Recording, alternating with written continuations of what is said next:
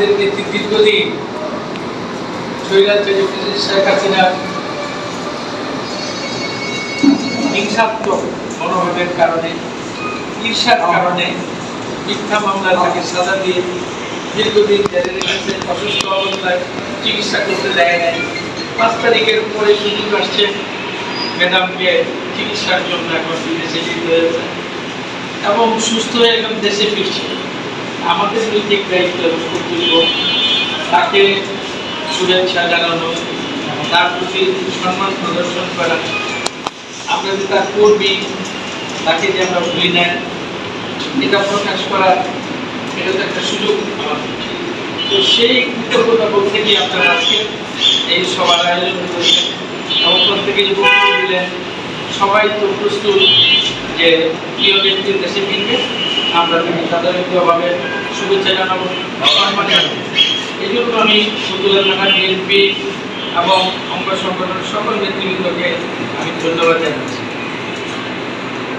আমরা আমাদের প্রিয় নেতৃত্বে ফিরে জাতির নেতৃত্ব দেয়, আগামী দিনও দিবে ইনশাআল্লাহ। তারুণ্যের অহংকার নেই, জাতির অহংকার। তারুণ্যের কি এখন সমগ্র জাতির জন্য সে আজকে গর্ব, সমস্ত জাতিকে সে ঐক্যবদ্ধ রাখছে স্বৈরাচারের বিরুদ্ধে আন্দোলন সংগ্রামে। বিশাল অবস্থানে আমরা একটা গ্রুপের কথা কেন বলবো, যে তরুণদের নেতা, তরুণদের গর্ব। সমগ্র বিএনপি যারা আছে, সমর্থক যারা আছেন, দেশবাসী আছে, সকলের জন্য একটা আজকে উদাহরণ। আন্দোলন সংগ্রামের প্রতি জাতীয়তাবাদী শক্তির নেতৃত্ব দেওয়ার প্রতি, তো সেইভাবে তাকে আমরা সম্মান যদি না দিই তাহলে আমরা ভুল করব। আমরা সম্মান দিতে হবে আগে, তারপরে অন্যরা। কারণ স্বার্থান্বেষী মহল বিভিন্ন রকম চামচাগিরি করে, গোসাহেবি করে, বক্তৃতা দিয়ে অনেক কিছু বলে, কিন্তু ওনার কথা তো কেউ শোনে না। উনি যে বলতেছে বারবার দলের প্রতি হয় এমন তো কাজ করেন না। আপনারা চাঁদাবাজি, মাস্তানি এগুলো অনৈতিক কাজে যেন কেউ ছাড়ে না। এই জন্য আমি বলবো যে আমরা শুরু করে আছি, অন্য কেউ করুক বা না করুক, আমরা বলবো মাননীয় ভারপ্রাপ্ত চেয়ারম্যান, আমরা বলবো স্যার, রেসপেক্টেড স্যার, আমরা বলবো জাতীয় নেতা। আমি লক্ষ্য করছি অনেকদিন যাব, এক সময় আমাদের নেতা জনাব তারেক রহমান নেতা কর্মীদেরকে ভালোবাসা দিয়ে, স্নেহ মমতা দিয়ে এই সংগঠনটা গড়ে তোলার জন্য প্রাণপণ চেষ্টা করে। ওই সময় অনেকেই বলছেন, ওনাকে অ্যাড্রেস করেছেন ভাইয়া,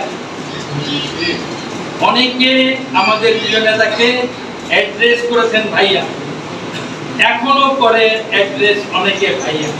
এর মধ্যে অনেক ছাত্র দল, যুব দল, স্বেচ্ছাসেবক দল বা সহযোগী অন্য কোনো মানুষ এই ভাইয়ার নাম পেয়ে এলাকার মধ্যে চাঁদাবাজি করে, মাস্তানি করে, খারাপ কাজে অংশগ্রহণ করে। এই ভাইয়া বলাটা মনে হয় পরিবর্তন করা দরকার। রাজনৈতিক শিষ্টাচার আনতে হলে সেক্ষেত্রে কি করতে হবে? বলতে হবে মাননীয় ভারপ্রাপ্ত চেয়ারম্যান অথবা স্যার, এই অ্যাড্রেস করতে হবে। কারণ আমাদের নেতা এখন সকল পর্যায়ের মানুষের ভাইয়া হতে পারেন। আমাদের নেতা জাতীয় নেতা, এই জাতীয় নেতাকে সম্মান দিয়ে সম্বোধন করতে হবে। চোর বাটপাররা ভাইয়া বলে এলাকার মানুষকে, ভাইয়ার সাথে ফোনে কথা হয়েছে, ভাইয়া আমাকে এই বলছে, এইগুলা দিয়ে ভয় দেখায়া বিভিন্ন রকম অপকর্ম করে। আমাদের নেতাকে নিয়ে যাতে না করে, আপনারা যারা আছেন সবার মাধ্যমে আমি যারা নারায়ণগঞ্জ বিএনপি এবং সবাইকে কি করবো, নারায়ণগঞ্জ থেকে আসেন, আমরা শুরু করি। আমাদের নেতাকে বলতে হবে মাননীয় চেয়ারম্যান, করতে হবে রেসপেক্টেড স্যার অথবা স্যার, এই বলে অ্যাড্রেস করতে হবে। সারা পৃথিবীতে এখন আমাদের নেতা একজন যোগ্য নেতা হিসেবে সমাদৃত। এখন এই অ্যাড্রেস করাটা মানায় না, মানায় না।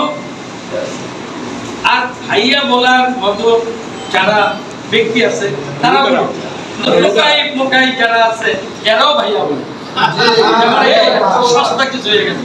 এইটার পরিবর্তন আনা দরকার। আপনারা আমরা যারা আছি সবাই মার্জিত ভাষা হবে আমাদের। মাশাআল্লাহ। মাননীয় চেয়ারম্যান, মাননীয় ভারপ্রাপ্ত চেয়ারম্যান অথবা স্যার, ডিয়ার স্যার বলেন, রেসপেক্টেড স্যার বলেন, এটা বলতে হবে। কোথায় আমাদের নেতা আর কোথায় আমরা তার কর্মী, আমরা ওইভাবে সম্মান দিয়ে কথা বলতে হবে।